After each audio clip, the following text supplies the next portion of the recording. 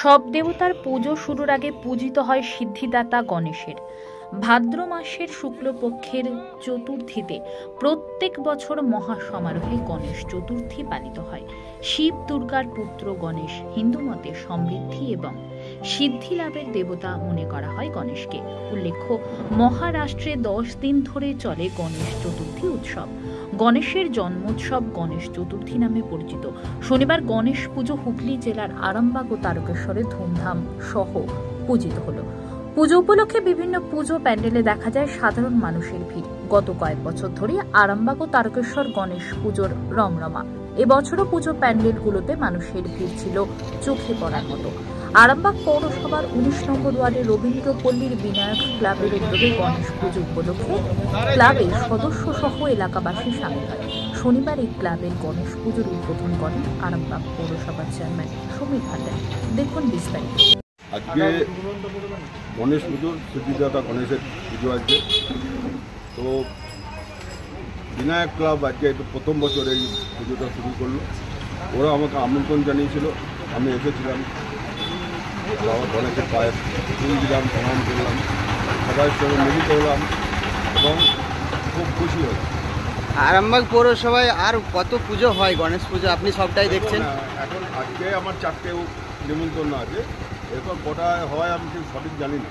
পৌরসভার তরফ থেকে অনেক কিছু নিয়ে প্রশাসনিক পদক্ষেপ নেওয়া হয়েছে আপনাদের পৌরসভা থেকে সব দিকে? আমরা সব যে এসছে তাকে আমি পারমিশন দিই, আমরা কাউকে আটকাইনি।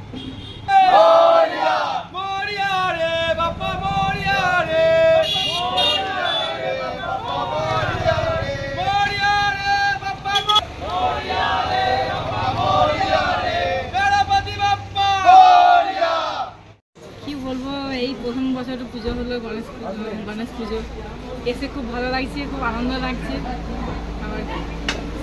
আপনার নাম? আমার নাম স্নেহা দত্ত।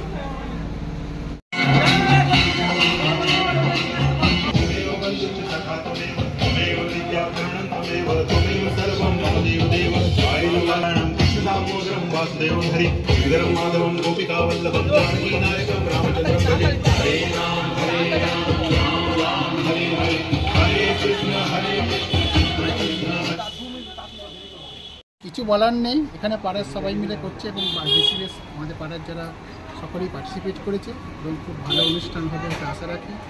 আর সবাই আসাতে আমরা খুবই আনন্দিত। তারপরে আমাদের সঙ্গে আমাদের চেয়ারম্যান সাহেবকে আমরা পেলাম, এটা আমাদের একটা অ্যাডেড অ্যাডভান্টেজ। আর উনি এলেন, এসে আমাদের এখানে যোগদান করলেন, এটা খুব ভালো লাগছে। বাস এই প্রথম বছর? হ্যাঁ, এটাই প্রথম বছর। পুজো ছাড়া আর কোনো সাংস্কৃতিক অনুষ্ঠান রয়েছে নাকি? না, সাংস্কৃতিক কোনো অনুষ্ঠান এবছর করা হয় না ভাই, পরবর্তীকালে আস্তে আস্তে করা হবে। এখন পাড়ার ছেলে সব হয়ে হঠাৎ করে শুরু করেছে। ক্লাবের নাম? আমাদের ক্লাব হচ্ছে বিনায়ক। এটা বন্ধ রাখো।